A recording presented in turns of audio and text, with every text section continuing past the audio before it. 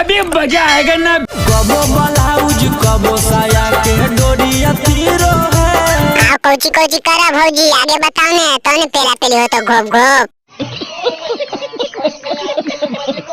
कबो ब्लाउज कबो साया के डोरिया तीरो है। एहन हमन लामा पग गया भौजी के बतिया बार बार बोले ही आगे बोली ने।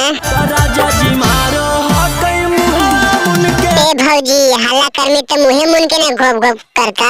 नाइट में तो भाई का गिरो है। ज्यादा मार दिल वो का भौजी मुहा मुन के जो वाइट गिरा हम नाइट में।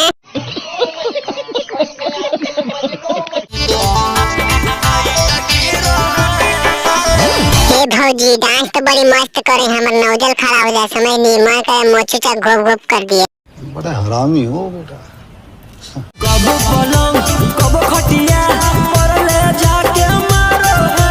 ए भौजी तो नीचे ले जाके भी मारा हो तो जी बेलनवा से। कबो चीर कबो पट सैया जी हमारा पारो है।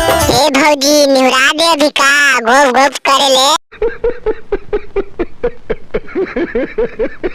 छुए छापे नहीं दिए तो हमसे लड़े ले भीरो है। ए भौजी छुए कैसे ले देनी तोरा लड़के कहा ले घोप घोप करे ले। एहे रहा नहीं जाता।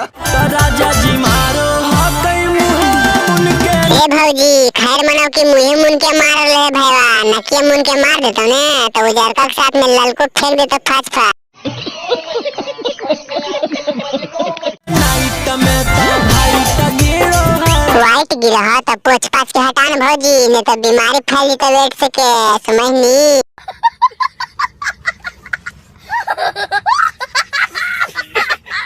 भाई के वीडियो खत्म हो गया ठीक हो अगर मजा आया तो चैनल हमारे सब्सक्राइब कर ले बटन पे क्लिक करके ठीक हो ज्यादा मजा आए तो दोस्त के पास शेयर करने हो सके मजा दे रहे ठीक हो घोप घोप के।